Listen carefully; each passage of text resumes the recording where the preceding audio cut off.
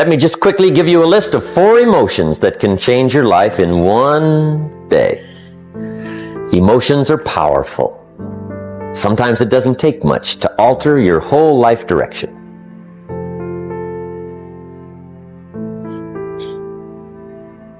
Okay, here they are. Number 1, disgust. Powerful emotion. Disgust says, I have had it. See, that could be the day. The day you can say, I've had it. And whether you've had it with something small or something major, the day you can say, I've had it, may not be the day it ends, but the day it begins. That's what I said when that little Girl Scout left my door when I'm 25.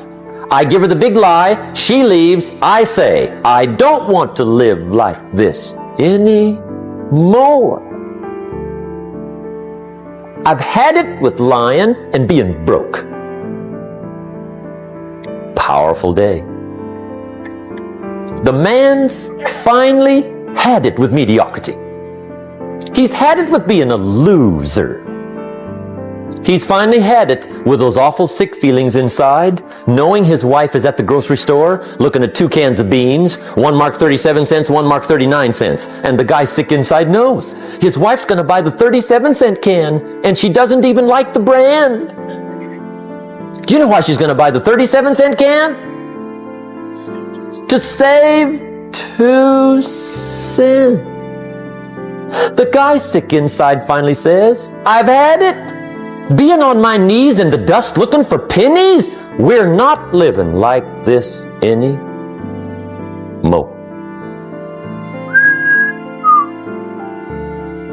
Could be the day that turns your life around. The day you can say, I've had it.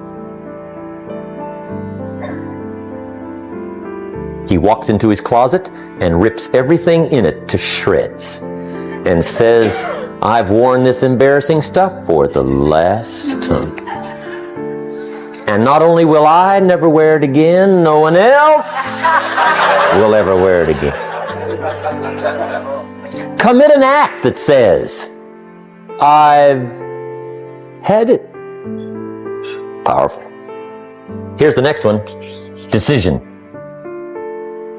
And decision making is powerful.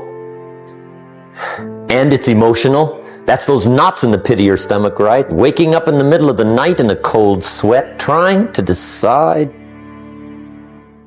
We sometimes call it inner civil war. What shall I do? Well, for progress, you must decide. The best advice I can give you came from a wealthy friend of mine who said, if it's easy, do it easy. If it's hard, do it hard. Just get it done. If you went home tonight and in the next few days cleaned up a whole list of decisions, that might furnish enough inspiration for the next 10 years. I found this out many times after you've decided. Getting on with it is easier than deciding. Sometimes decision is the toughest part. Here's the next emotion, desire, wanting to bad enough. And I don't know how to tell you to want to. That's something you've got to come up with. There's 2 things I know about desire. Number 1, it comes from inside, not outside. You don't send off for it. Number 2, I know desire can be triggered by something. Who knows what it might be? Sometimes desire waits and sleeps for something to happen. Maybe it's a book, maybe it's a song, maybe it's a sermon, maybe it's a lecture, a seminar, maybe it's the conversation of a friend, a happening, an event. Who knows? The best advice I can give you is what I give my staff. It goes like this: welcome every human experience. You never know which one is going to turn it all on. Even the bad experiences. Sometimes from the bitterest experience comes the greatest awakening. So let down the barriers, take down the walls. The same wall that keeps out disappointment keeps out happiness. Let life touch you. Don't let it kill you, but let it touch you. Here's the last one. This one's powerful. Resolve. Resolve says, I will. Two of the most powerful words in the language. I will. Benjamin Disraeli once said, nothing can resist a human will that will stake even its existence on the extent of its purpose. Shortly put, I'll do it or die. See, that's powerful. That could be the day that turns your life around. The world has a strange way of stepping aside when somebody says, I'll do it or die. The man says, I will climb the mountain. They've told me it's too high, it's too far, it's too rocky, it's too difficult, it's never been done before, but it's my mountain, I will climb it. Pretty soon you'll see me waving from the top. Or dead on the side, because I ain't coming back. The best definition I ever got from the word resolve came from a little junior high girl in Foster City, California, up north. I'm talking to the junior high kids one day. I love to ask kids definitions. They come up with beauties. I got to the word resolve and I asked, who can tell me what resolve means? And I got several hands and they were all pretty good, but the last one was the best. Little girl, about 3 rows back, held up her hand. She said, Mr. Rohn, I think I know what resolve means. I said, darling, what do you think it means? She said, I think it means promising yourself you will never give up. I said, that's it. Webster, stand aside. That is the definition. Promise yourself you will never give up. I asked the kids, how long should a baby try to learn how to walk? How long? How long would you give your average baby before you shut him off? How long? See, any mother in the world would say, you're crazy. My baby's going to keep trying until it learns how to walk. What a magic formula. Now let me show you what triggers all emotions into activity that brings results. And results is the name of the game. Here it is. Action. Finally, you must do something about how you feel. Jesus, the master teacher, said, don't just be listeners, be doers. The world admires the doers. Another Bible phrase says, faith without action is useless. Some people these days are big on affirmations. You got to be very careful of affirmations. There's a thin line between faith and folly. The best clue I can give you on affirmations is this. Affirmation without discipline is the beginning of delusion. And there's nothing worse than delusion. The guy keeps walking west looking for the sunrise. I mean, delusion is bad.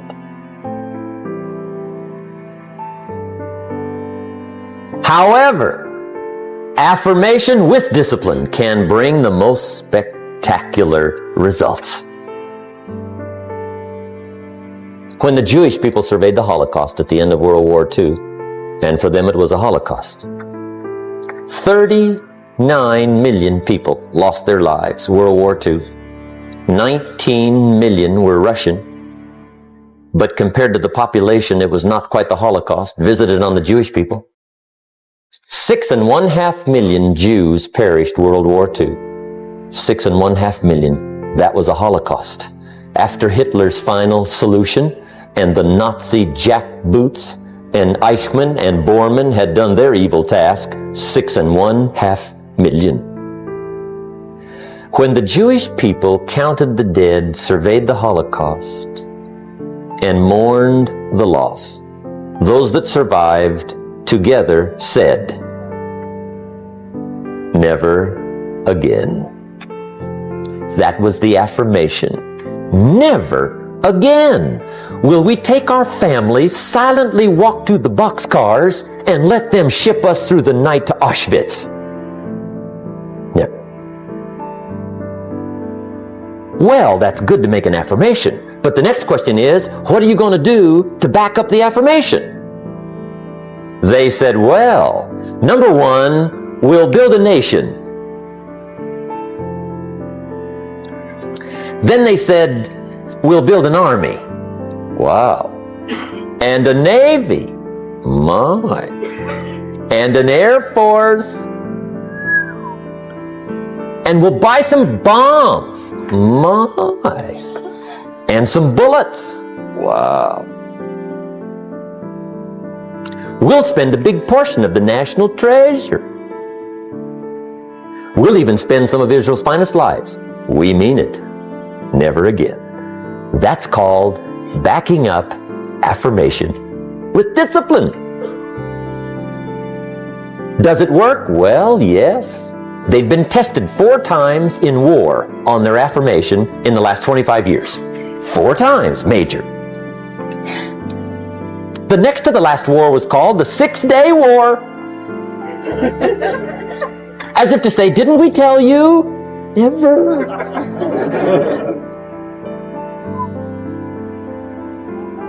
Make sure you always have a game plan to match your wishes. Otherwise, they will always be wishes.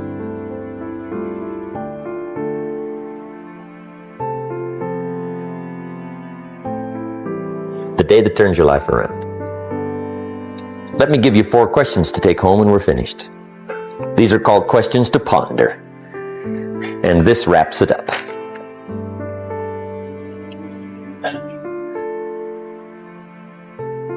Gosh, you've been a great audience tonight. How fantastic for so many people here. It's been unbelievable. I've really enjoyed it. I could talk all night, but... You could listen all night. I'm staying here, right? So I got a maid, right? And you got some ways to go. Okay. Here's the questions I want you to take home in closing. First question is one of the major questions of the world. Why? Why should you try? Why read that many books? Why go that far? Why earn that much? Why share that much? Why learn all that? Why get up that early? Why put yourself through that much? Why try for all that? Good question. Why? One of the best answers to why is the second question.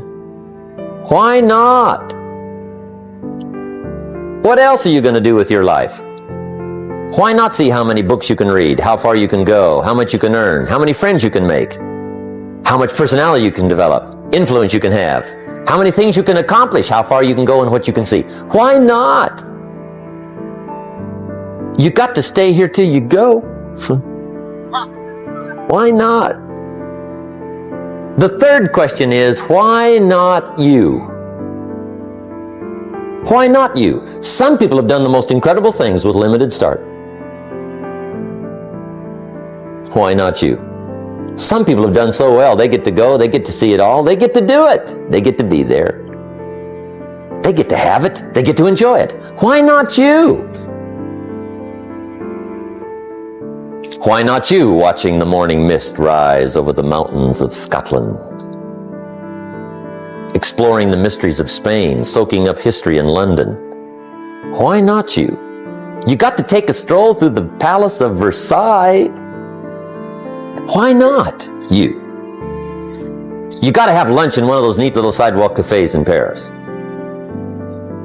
I mean, Denny's is okay, but you got to try Paris. Someday you got to gaze directly at the Mona Lisa. I can show you where to find the most exquisite seashells in Miami and the Bahamas. I know where they are. Why not you? You got to shop on Fifth Avenue in New York. You got to stay at the Waldorf Astoria. Have dinner at Lu Chow's? Sliced roast goose on a bed of apple strudel. Why not you? You got to drink in an Arizona sunset.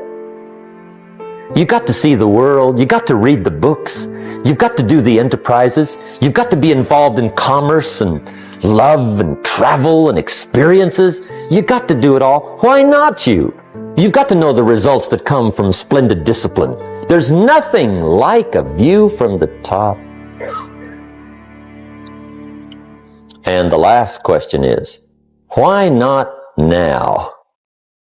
Don't postpone your better future any longer. Get at it tomorrow. with new vigor. Get you some new books. Ask some new questions. Set some new goals. Get you a new journal. Start your projects book. Get a game plan going. Do some more reading. Start to make changes. Have conversations. Make contact. And do it now. And if you will, I have a feeling one of these days we'll be hearing your story. You'll make us a phone call, write us a letter, get in touch with us and let us know what's happening to you. I want to thank you for being here. My final comment would be ask for God's help, which may sound a little strange coming from a strictly commercial company. We are not a religious order, but if you would allow me a personal word, that would be it. I think humans are unique, but we could all use a little help. But of course, you've got to do your part. That's what we've talked about mainly tonight. Do your part, and I think God will do His part. It's a two-way street. And we do play a part. There's a story about the man who took a rock pile in 2 years, turned it into a fabulous garden. People came from everywhere to see it. One day a guy came by, saw the garden, thought it was fabulous, but he wanted to make sure the gardener didn't take all the credit. So to get his point across, he meets the gardener, shakes his hand, and says, "Mr. Gardener, remember, you and the good Lord together have this beautiful garden here." And the gardener said, "Hey, I understand that. I know what you mean." He said, "If it wasn't for the sunshine and the rain and the miracle of the seed and the soil and the seasons, there would be no garden for sure." But he said, "You know, you should have seen this place a couple of years ago when God had it all by Himself." And I think that's true. We do play a part. I'm glad I was not an angel. I think humans have a lot more fun. You've made it a splendid evening, and I want to wish you the very best. Look forward to seeing you on the weekend. Make sure we get the little white slip of paper, and let's be in touch. I wish you the best. Good night. God bless. Thank you. Thank you. Appreciate it. Thank you.